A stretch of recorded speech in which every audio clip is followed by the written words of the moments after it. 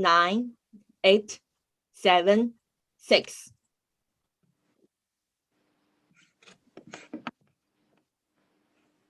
Welcome, everyone, to the fourth panel of the Carnegie Tsinghua Center's Global Dialogue Series for 2021, 2020, and 2021. My name is Paul Hanley. I'm the director of the Carnegie Tsinghua Center, and I'm glad to be joined today by colleagues and friends, Karim Sajapur and He Wenping, to discuss China-Middle East relations at the dawn of a new Biden administration. For those of you who are unfamiliar with our Carnegie Global Dialogue series, this is the 9th year that we've held this series at the Carnegie Tsinghua Center, and it's a series of panel discussions that examine China's evolving foreign policy and international role from the perspective of Carnegie scholars across the globe at each of our Carnegie Global Centers, and with, of course, Chinese scholars. This panel is the third of the Carnegie Global Dialogue series this year. It will be recorded and it will be published as a China in the World podcast. And if you missed the first 3 panel discussions of the series this year, we had one on US-China relations, one on China-India relations, and one on China-Russia relations. You'll be able to find replays of those on the Carnegie Tsinghua Center's China in the World podcast. The podcast, by the way, is a series of discussions that I host with Chinese and international experts.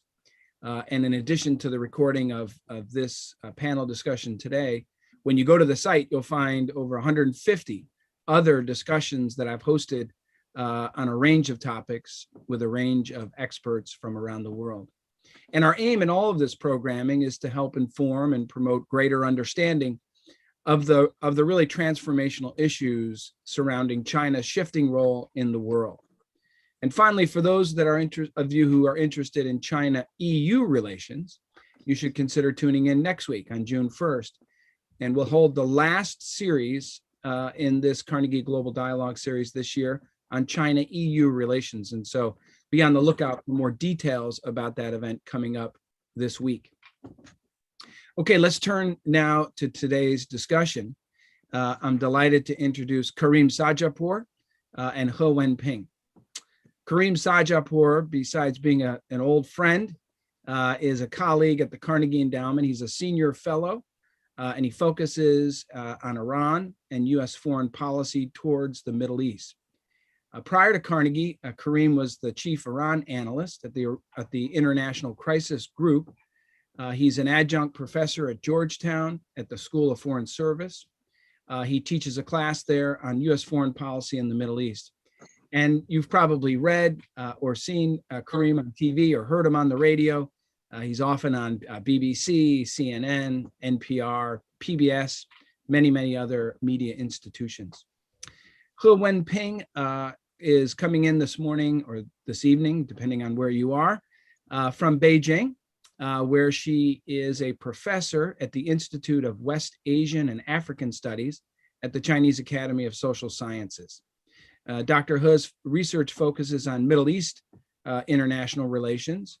She also covers China's relations with Africa and China's South-South cooperation, among other issues. She began her academic career more than 30 years ago at the Chinese Academy of Social Sciences, where she is today.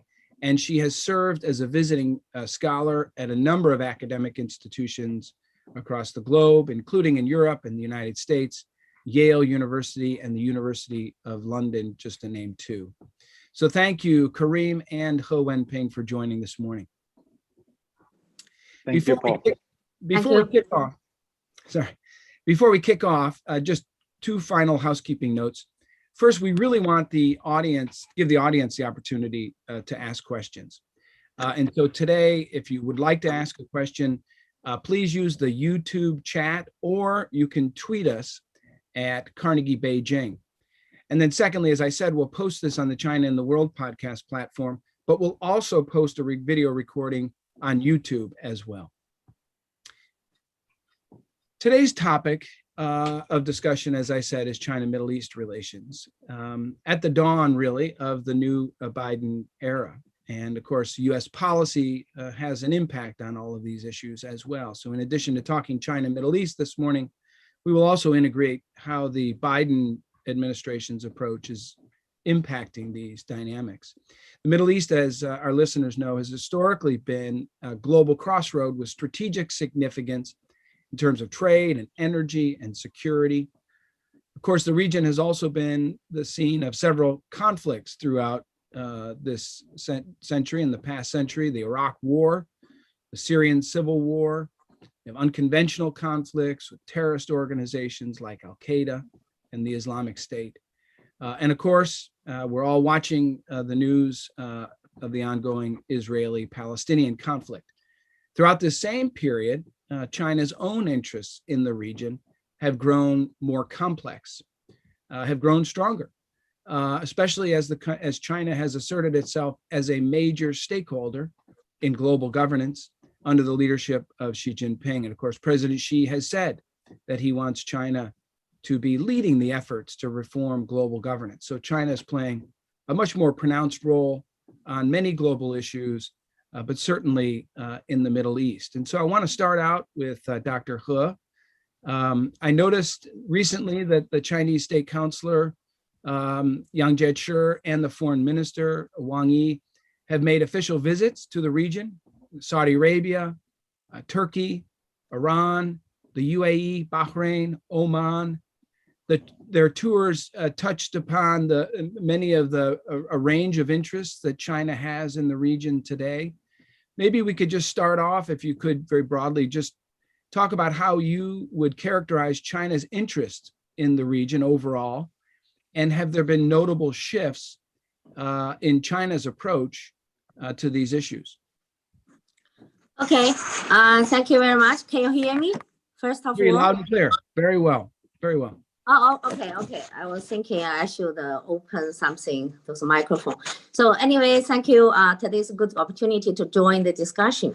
So go directly to the question that Paul just raised. I think to my understanding, China's interest in this whole region, Middle East, even by and large, I think number one is for peace and security, because China, since 2013, Chinese government has put forward this Belt Road Initiative, One Belt, One Road Initiative. So go all the way, this is for BRI, this proceeding. So this, we, of course, definitely China would like very much a peaceful and stability in that part of the world. And another consideration is for China's own this border security, like Xinjiang, like all those western part of China. We are fighting with those three forces, namely extremist forces, terrorist forces, and the separatist forces. So for keeping those three forces out of China, not penetrating into China, of course we need those peace and security situation in the Middle East. So this is the one perspective. Another perspective, of course, this is energy security. Every people knows now China depends on this oil import very much. So one area is the Middle East, like Saudi Arabia, like so those Iraqi, all those Iran, those Middle East country, and also another part is Africa, those oil producing country. So that's also obviously we count on those oil security as well. So some people are saying China had some notable shift about its policy or approach in the Middle East. I don't agree with that point. Because it's not that a notable shift. I think in all those things, those in principle, I haven't seen those no big notable shift, but because those principles as namely always like that. Like in Middle East, we have seen two kinds of big, those those conflicting going on, like Palestinian and Israel. This is one kind of a conflict. And China has been always, ever since many years ago, just calling for, the ceasefire, calling for, suspend all those fighting, and also calling for talk. And so this has been always like that. not changeable. And for like relation between Saudi and Iran, that's another conflicting country, this relationship. And China also stands as a neutral, had carried out those relations with both of them. Even I remember years ago, President Xi Jinping visited Saudi and then followed visiting the Iran. So we had the talking business with all those countries. Maybe I don't need because now it's brief. Maybe some people talk about Iran. Thank you very much. So basically, three key points that you made around China's policy and approach to the Middle East. One is the Belt and Road, and I would say China's commercial interests also. And so in that context, you talk about China's desire for peace and security in the region. Second is issues related to terrorism and extremist forces in China and the connection to the Middle East. And then finally, energy imports, energy security, and the oil imports that China brings in are pretty significant. And this obviously is a big part of the policy. Notable shifts? Not really. You think that these principles have been fairly consistent and fairly firm. So thank you for your introduction. I'm going to come back to you at the end after Kareem talks about U.S. policy to ask you the impact, in your view, of U.S. policy in the region, and where U.S. policy is complementary with China's goals and objectives, and where China might view them as being in conflict. But before I do that, let me turn to Kareem. China's increased presence in the region comes at a time when many in the United States are debating about and calling for a focus away from the Middle East to areas of more long-term strategic importance, like East Asia, for example. We have a new administration in office. I know, Kareem, you're quite close to many of the key officials within the administration who are formulating policy toward the Middle East. How would you describe the Biden administration's approach to the Middle East? Where can we expect some continuity from the Trump administration? And what changes might we see as we go forward? Thank you, Paul. Those are great questions, and thanks for having me. It's terrific to be here. Perhaps first it's useful to start with some context, looking at the last, let's say, 2 decades of U.S. policy and strategy in the Middle East. I would say in the last 2 decades, there have been 3 consistent pillars of U.S. strategy in the Middle East. Obviously, number 1 is to ensure energy security, the free flow of oil and gas from the region. Number 2 has been Israel's security, which has always been an important bipartisan issue in the United States. And number 3 is the issue of radicalism, terrorism, the kind of terrorism we saw on 9/11. And I would say that these 3 factors have all shifted over the course of the last several years. Number 1, the United States is no longer as energy dependent on the Middle East as it was before, given America's enormous indigenous energy resources. So that is, in fact, is more of an issue for China. The importance of energy from the Middle East. Number 2, when it comes to Israel's security, it's still an important issue for U.S. officials and for members of Congress. But as we can get into a little bit later, it's no longer as ironclad a bipartisan issue as it was before Israel's security. There's a growing sense, especially among many on the left, among progressives, that Israel can take care of itself, and we no longer need to be as committed to Israel's security as we were before. And then the final issue of radicalism, extremism. There's a growing sense that we have our biggest extremist problem is domestic. It's not emanating from the Middle East, but it's in the form of white nationalist groups and other domestic extremist groups. So I would say for those reasons, the U.S. approach towards the Middle East is shifting. It's in the process of shifting. Now, when it comes to the Biden administration, I'd say a few things.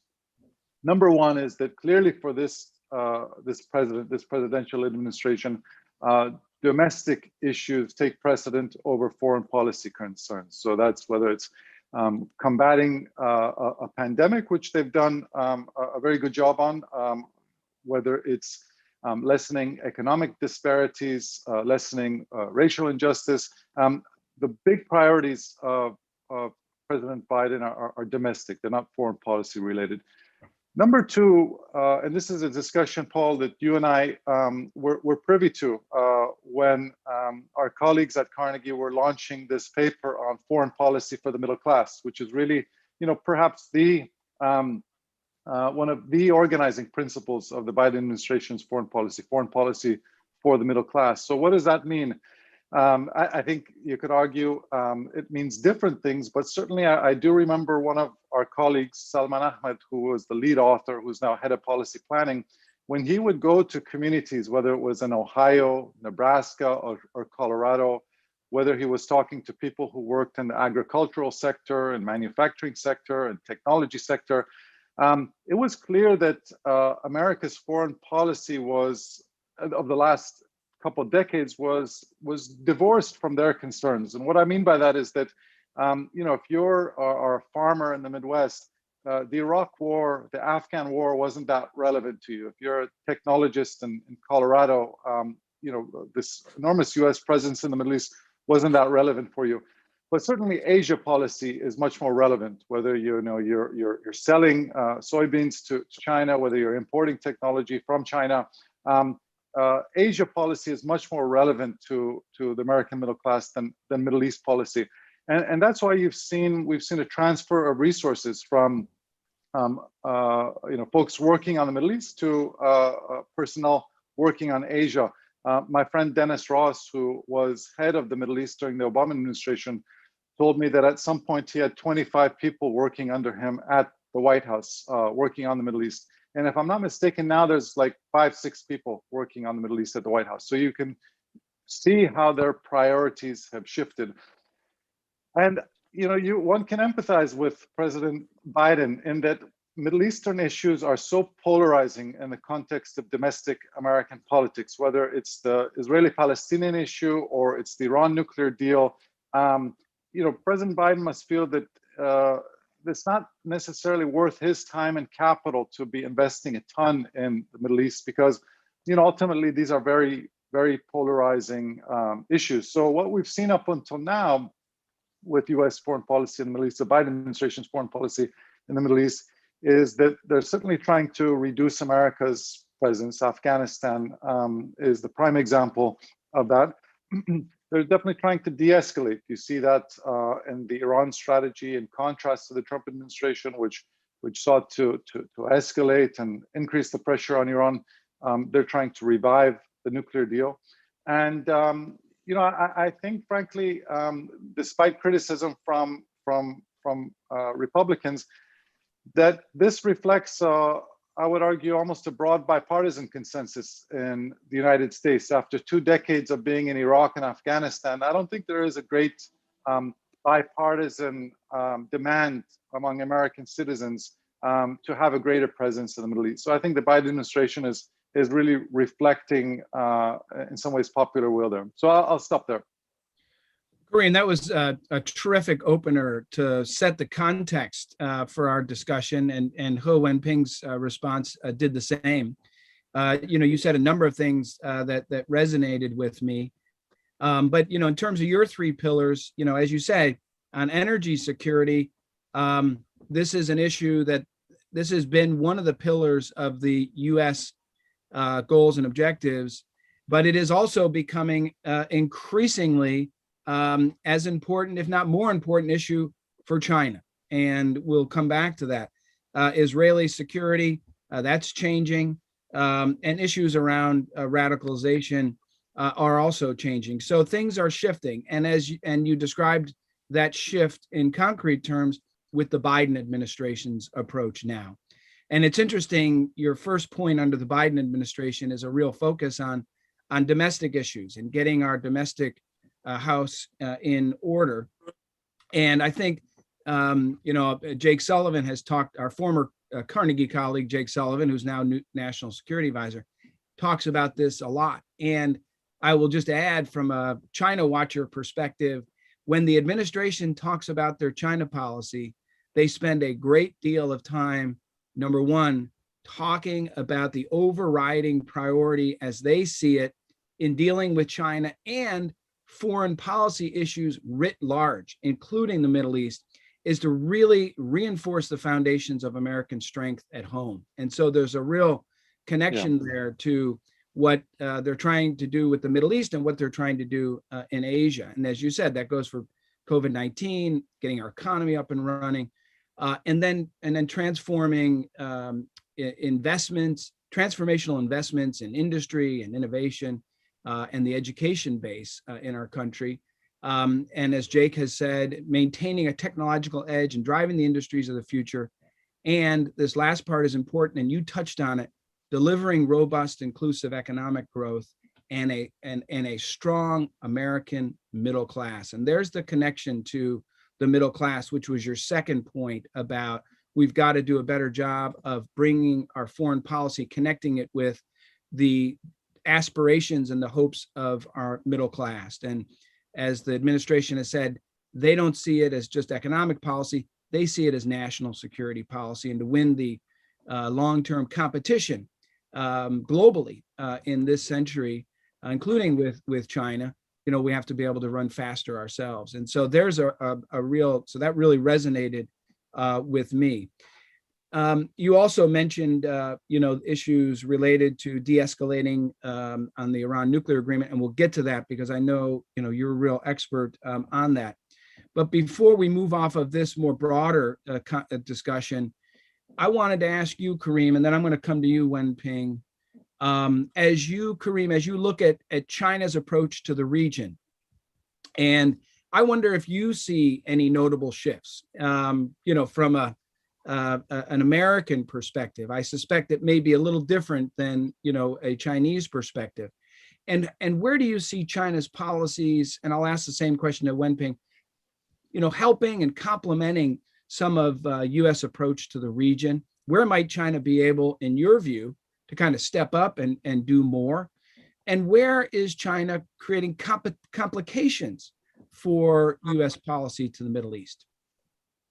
Those are great questions, Paul. I remember in one of my trips to Beijing many years ago to visit you, we had a very interesting meeting with Chinese foreign ministry officials, and they asked me to talk about U.S. strategy in the Middle East. And after I was done, I said, really, I'm here to learn more than speak. So I would love to hear from you about China's strategy in the Middle East. And I'll never forget the official whom we were speaking with said, well, China essentially has two pillars in its Middle East strategy. Number one is that we want to ensure the free flow of energy from the region. And number two is we want to see harmony amongst nations in the Middle East in order to ensure the free flow of energy from the region. So in some ways it was the same, the two pillars were really one pillar. And I think what I would argue is changing, and it's a process. It's not a static issue, but it's a process. What was changing about China's strategy in the Middle East is that it's going from kind of an apolitical, transactional relationship, and it's becoming a little more politicized. And I'll tell you what I mean by that. What I mean by that is that, on one hand, it's pretty clear that, China needs energy, and countries in the Middle East, are big exporters of energy. So whether it's Iran, Saudi Arabia, the UAE, there are strong transactional commercial energy ties between China and the Middle East. And up until now, China has not wanted to really intervene inside of these, within these disputes, whether it's between Iran and Saudi Arabia, Israel, Palestine. It's tried to take kind of a above the fray, apolitical approach. But as the US kind of reduces its presence in the region, which creates a vacuum for outside powers to fill that vacuum, I think it is inevitable that China is going to play more of a role in filling some of these vacuums, and it's going to get entangled in the politics of the region in different ways. Let me give you a couple examples. Number one is that we have seen in the last couple of weeks or so that China has been outspoken in talking about justice for the Palestinians and criticizing the U.S. approach towards the Palestinian-Israeli conflict, despite the fact that China itself has very close relations with Israel. So it's kind of getting more involved in one of the region's most contentious issues. Inevitably, as China starts to increase its commercial activities with Iran, there's going to be concern among Iran's rivals and adversaries in the region, with whom China also has very close relations, Saudi Arabia and the UAE, that China is tilting too close towards Iran. But I'll mention the final issue, which is among citizens of the Middle East, and here in particular, I can focus on a place like Iran. Among citizens of the Middle East who feel like they're living under oppressive regimes, which use very oppressive tactics to stay in power, there is a great concern that China is enabling the folks who are repressing them. China is providing Iran the economic support, the strategic support, the technology to repress citizens of Iran, and China is standing between them and a freer society, and that's something which is I would argue that over the years all external powers in the Middle East have faced this dilemma. Whether we go back 50, 100 years ago and we look at the role European powers played in the Middle East, the UK and France, and the backlash that caused. Obviously, there's been tremendous backlash over the years against America's presence in the Middle East and America's alliances with authoritarian regimes. And I think China is just about to enter that ballgame now. And I think in the coming years, as China's presence in the region increases, it's not going to be possible for China to simply be an apolitical economic player in the region. And it's going to come with some costs and some backlash. But I think we're just entering that era right now.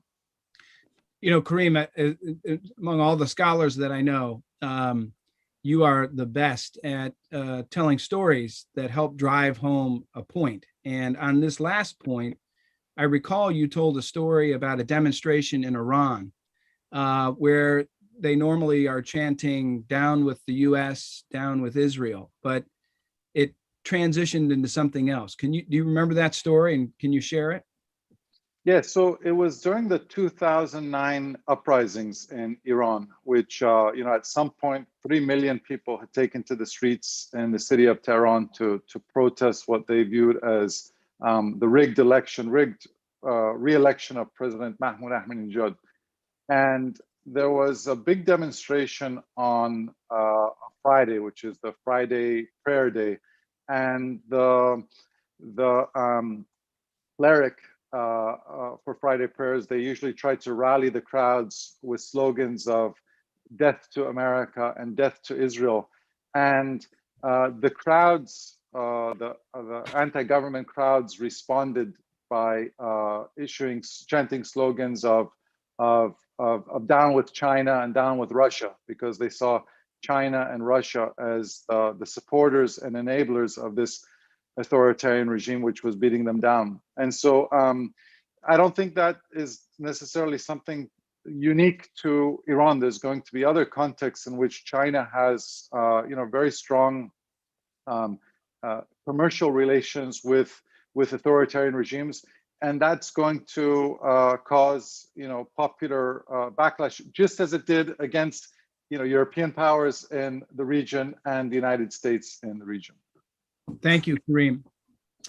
Wenping, I want to ask you the same question about where you see U.S. policy and approach to the Middle East as complementary or working more in closer alignment with the United States, and where you see the US policy complicating China's efforts.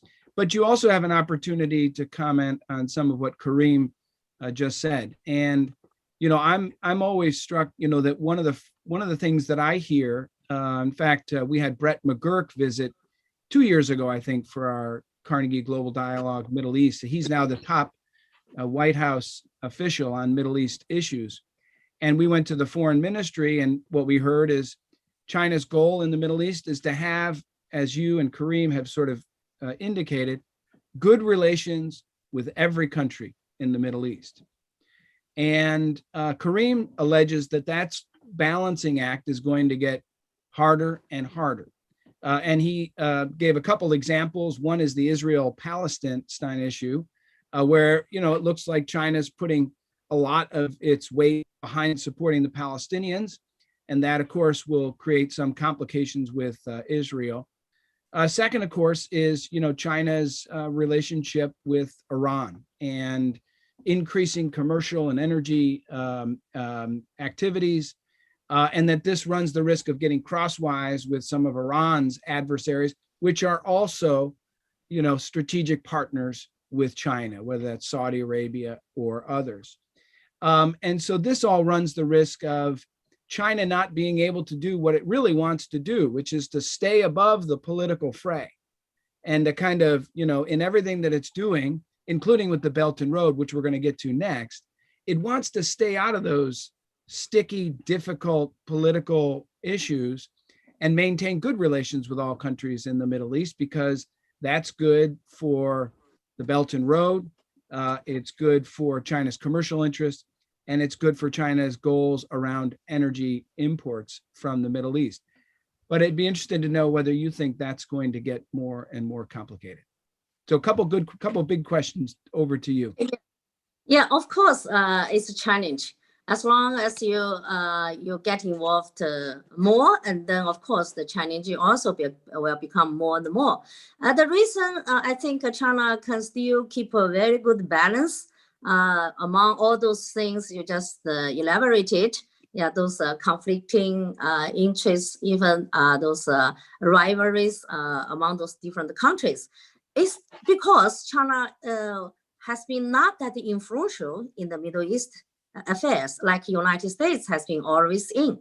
Because of course, the biggest player is still the United States in the Middle East, those issues.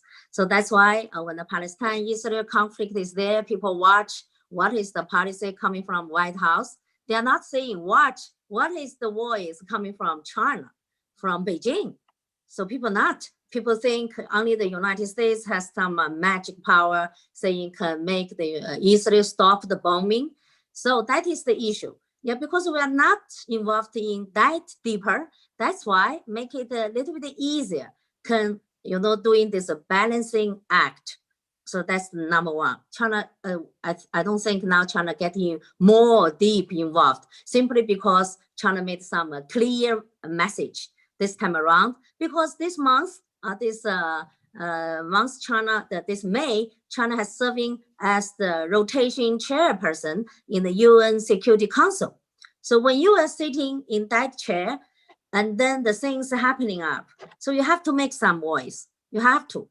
You cannot be still playing this just keep 50-50. So China is calling for like a ceasefire. So calling for ceasefire, we're not against any party's interest. So still quite safe language, I think, relatively. We are not talking saying, Israel, you have to stop resettlement, those building. Israel, you have to back like 1967, those walls border. Actually, these very strong words, I remember this came from the former president, US President Obama's mouth.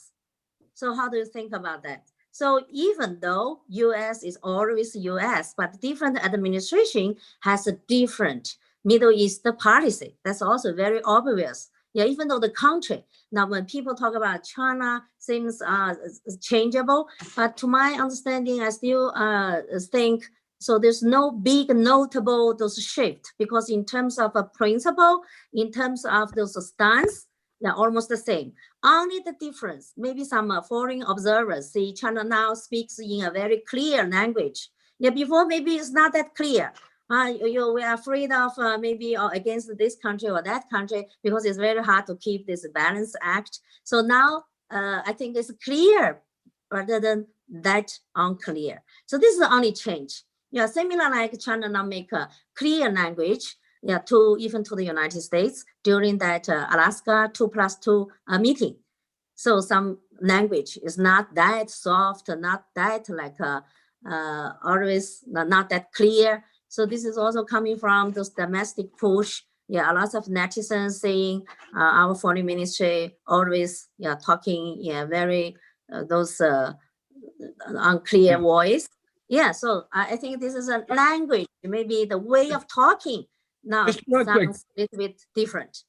Just very quick on this Israel-Palestinian issue. China has typically, had broad calls for calm and restraint. But is it new that China is calling for negotiations? Is that a new step for China? Not at all. China has been always calling for negotiation. Okay. If we remember, we had before we had invited both parties come to China to do the negotiation. Yeah, we offered this discussion table for inviting to. This time around, like Foreign Minister Wang Yi made this suggestion again, saying we really sincerely invite Israel and the Palestinian side come to Beijing. Yeah, we would like to set this table for them. So this has been always like that. Yes, trying to reach some deal by inviting both of them. We've been doing that to the Syria as well. When the Syria was in the war, very severe, those domestic conflict. And Paul, yeah, Kareem, go ahead. Go ahead. Well, let me weigh in with something very concrete. So there are two issues which China feels very strongly about, whether in the Middle East or globally. Number one, obviously, is sovereignty. China feels very strongly about sovereignty. It doesn't want countries lecturing it about its internal behavior. And one of the reasons why countries like Iran very much value their relationship with China is that China doesn't lecture them about their internal human rights record the way that the Europeans and the United States does. So sovereignty is an important issue for China. And as we've talked about, stability in the Middle East is a very important issue for China. Now, there's a couple ways in which Iran is flagrantly violating the principles of sovereignty in the Middle East and undermining stability in the region. Iran is really the only country in the region which maintains militias in several countries, whether that's Lebanese, Hezbollah, Shiite militias in Iraq, the Houthis in Yemen, in 4 countries throughout the region, Syria, Yemen, Iraq, Lebanon, Iran has a preponderance of influence. So a lot of Iran's rivals, which again are very close partners with China, UAE, Saudi Arabia, say that Iran is violating regional sovereignty. That's number one. When it comes to stability, Iran's presence in Syria and its support for Assad has helped to create the greatest refugee crisis since World War II. So half of Syrians have been displaced, over 500,000 people killed. We saw a couple of years ago the Iranian attack on Saudi Aramco, which temporarily spiked the price of oil. Iran's seizure of oil tankers in the Persian Gulf. These efforts all undermine stability and energy stability. And so I guess what I'm trying to say is that, as China, just naturally, by virtue of the fact that China is growing and America's presence in the region is diminishing, it's natural that China is going to play more of a role in the region, going to try to fill the US vacuum.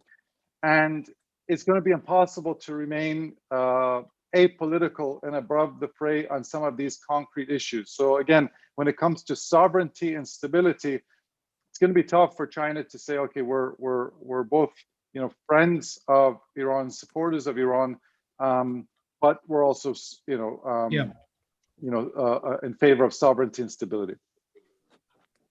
So Wenping, I mean, how do you see that? I mean, Kareem is basically arguing that two objectives, that are two important principles that China has, stability and sovereignty, could be in conflict in certain cases, and especially with Iran, because on one hand, you don't interfere in Iranian decisions on big issues, and on the other hand, some of those big policies that Iran has are creating instability in the region, which is also a goal for China. So how does China deal with an issue like that? And will that become, as Kareem alleges, much more difficult for China going forward?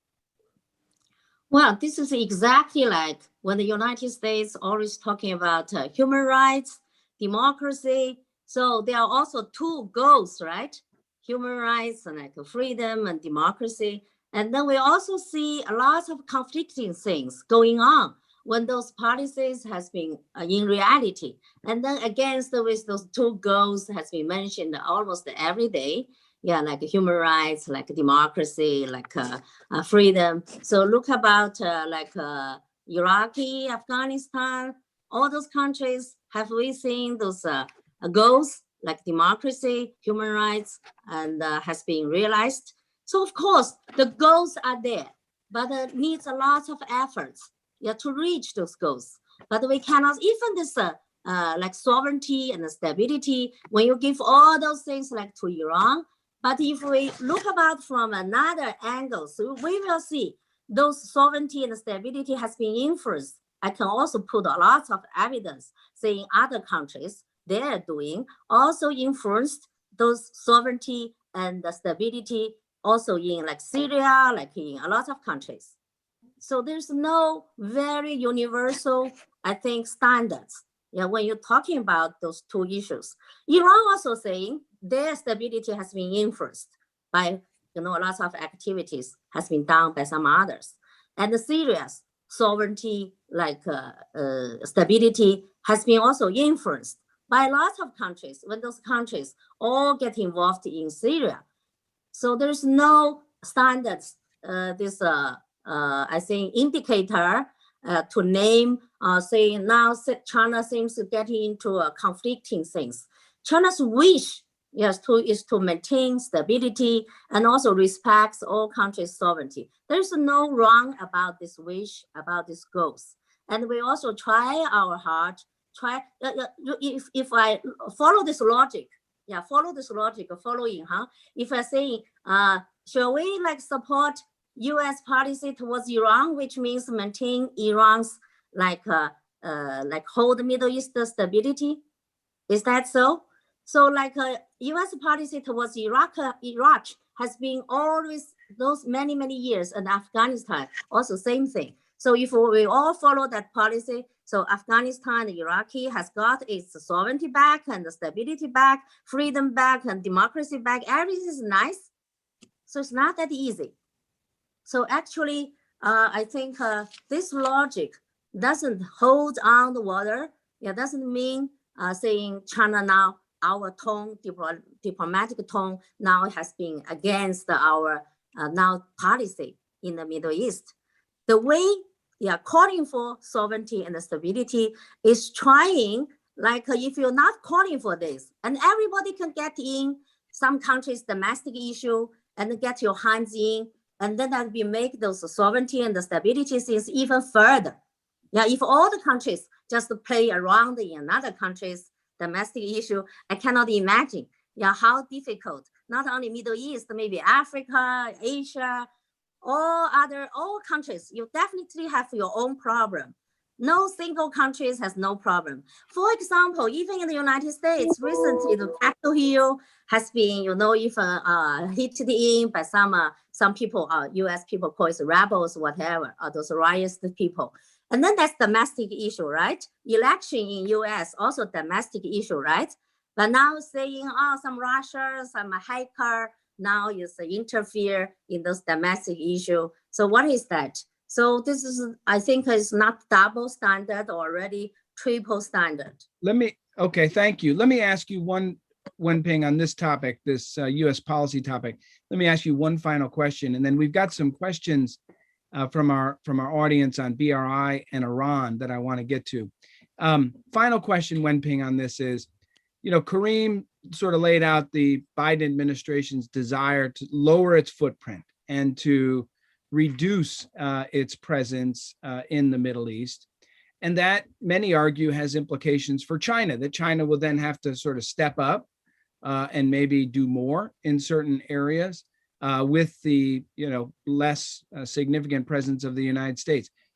How do you see the issue the same way? As an American, number one, do you believe that the United States will lower its presence? And if so, what are the implications for China? Yeah, we heard about Biden administration has mentioned that they will withdraw all those troops from Afghanistan by the day 9/11, September 11, and even saying unconditionally. So now, just while the Biden make that announcement, and then quickly we have witnessed a lot of explosion happening in the Afghanistan. So which means it's not that a good message now delivered to all those relevant players. There are terrorist groups still there, Islamic State still there, and the Taliban also make it very active now. Yeah, they are, of course, it's their wish to wish all those no single foreign soldiers based in Afghanistan. So those messages even make it unconditional. Sometimes it's not that wise and fully responsible behavior. So I don't think with U.S. Now saying leave that area, and China will step up to fill in this vacuum of the security. I don't think that's a wise move for China. And saying we fill in. So we don't have that kind of experiences before, because China never to based on any other country, and we have never sent our troops outside of China to do any battling, those things. And also we don't have experience, and we don't have this kind of even theory to support, because China's foreign policy and the theory is non-interference, other countries' domestic issue. Even though there is different understanding about this, now it's becoming flexible, more flexible than before. But anyway, I think in China, there's no consensus reach also yet, no consensus, even academic or policy making. Thank you. We've got some questions on the Belt and Road from our viewers. Obviously, the Belt and Road is President Xi Jinping's sort of flagship international strategy. It plays a role in energy and commerce and logistics. There's been a number of projects that China has initiated in the Middle East: ports in Israel, the UAE, railways in Iran and Saudi Arabia, strategic partnerships, comprehensive strategic partnerships with countries in the Middle East, related to the Belt and Road. The Middle East is a region central, as you've talked about, to China's energy needs. Our audience is asking, how does the Middle East fit into China's Belt and Road? Is the Belt and Road strategy shifting at all? Has there been an impact because of COVID, for example? And what are the challenges that China faces in the Middle East on Belt and Road? The question still goes to me, right? Yes. Yes. Okay. And then Kareem, I've got one for Kareem. Okay. Yeah. Middle East area, of course, is very important for China's Belt and Road initiative.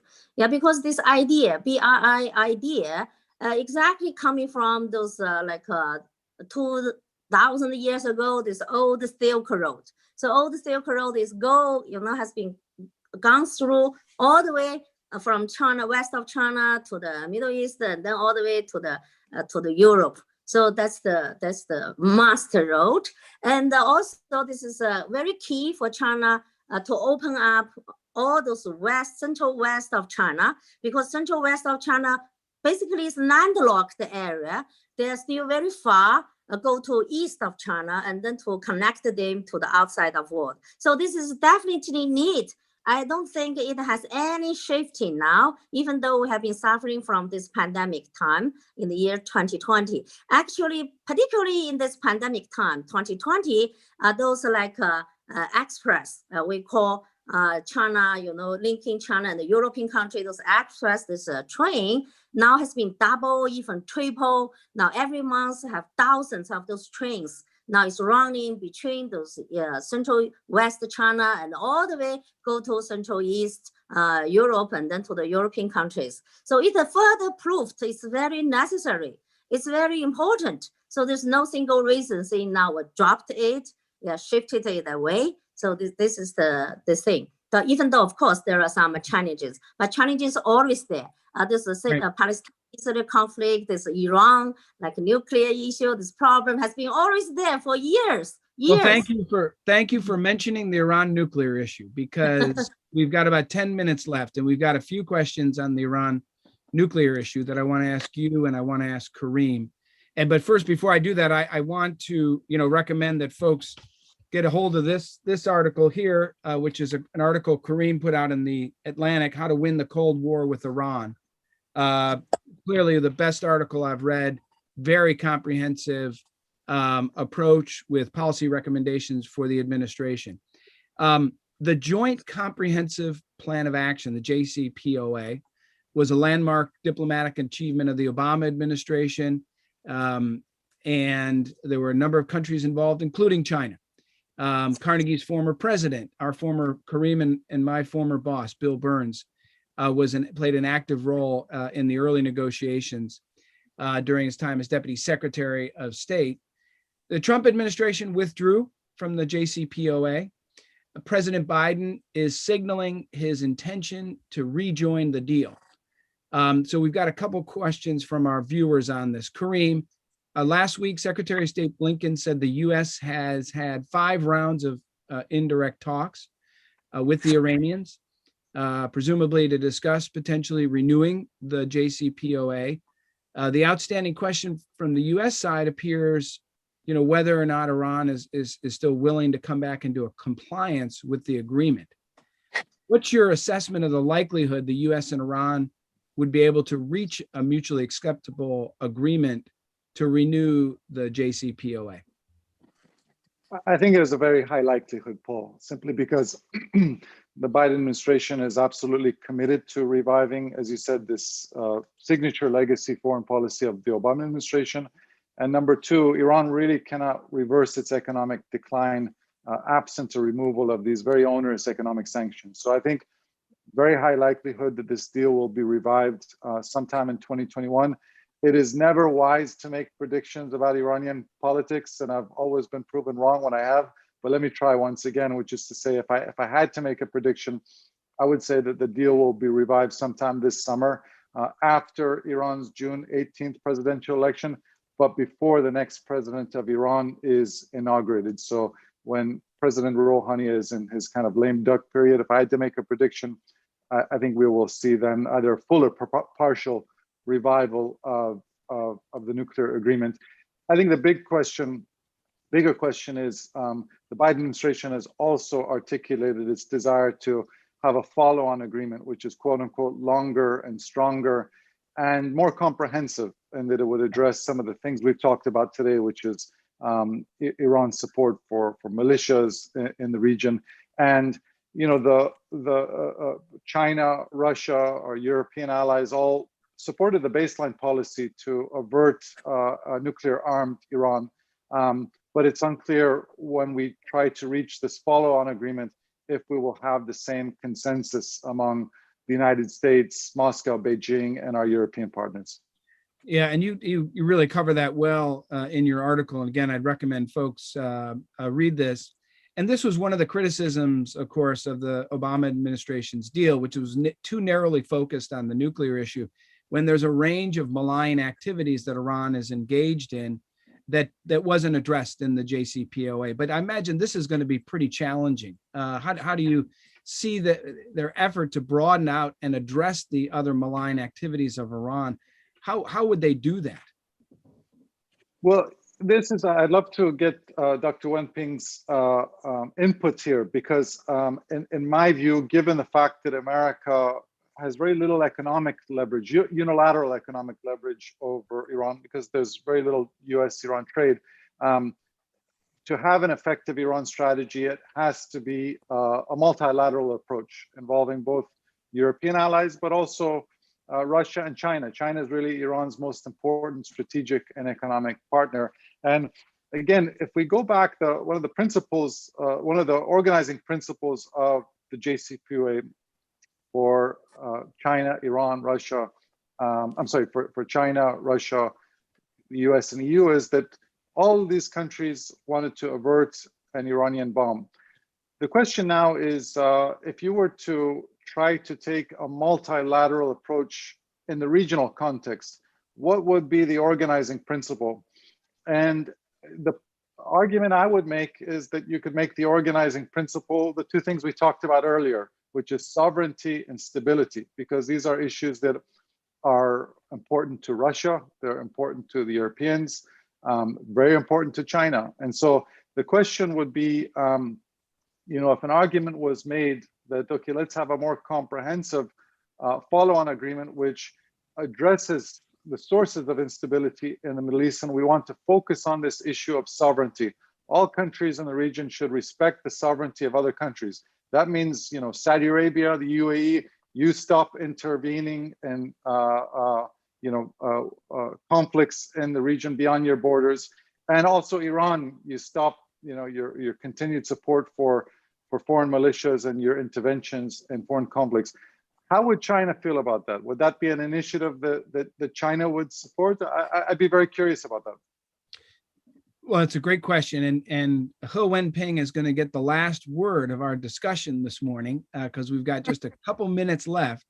And so I do want to ask you your views on the JCPOA. And, China, again, was one of the 6 powers that originally came together with the United States and the EU and Russia to do this. Trump abandoned the deal, which was unfortunate in my view, but that happened. Europe, China struggled to try to keep the deal afloat. Want to get your sense on prospects for getting Iran back into compliance with the agreement. What's your assessment of likelihood to be able to reach an agreement to renew it? And then addressing the other malign activities of Iran, as Kareem is talking about, Iran's support for foreign militias, other destabilizing activities that Iran is involved with throughout the Middle East that complicate things for citizens of the Middle East, governments of the Middle East, the United States, and China. What's China's perspective on this? Is there an approach that would allow for a broadening out beyond just the nuclear issue to address some of the destabilizing activities that Iran is involved with? Yeah, number one, because our time, we are facing time constraint, so make it very short. So number one, China has been always supporting this JCPOA, moving forward. No 1 second hesitate. So always back up this multilateral reached agreement, because this agreement is very valuable. So now we also welcome the Biden administration coming back. Now this is something happening between Iran and the US, like who make the first move? Lifted the sanction, or like you have to abide by the agreement. But the Iranian had to make very clear, saying US have to make the first move, because the Trump administration, you out from the deal by yourself, and then followed 1 year later, followed by the Iran side, and then also not to keep the promise. So if who made the first move, now you make first move, come back, correct it yourself. I think this is reasonable. It's reasonable. Anyway, I don't think in this area, I don't agree with Kareem's opinion, saying China, because the commercial ties with Iran is very strong, and then only the China has the leverage, like to influence Iran to make some policy change. I think this kind of point is overestimated China's influence as a whole. Look about the DPRK's relation with China. Same mistake opinion coming from the US. They all think China has a lot of leverage on the DPRK. Actually, it's not. I think the most leverage power is coming from the United States. Those sanctions Yeah, you put a lot of sanctions, those sanctions on Iran, even lifted one by one. If one and then some leverage, lift another one, another leverage. So it's all on this United States.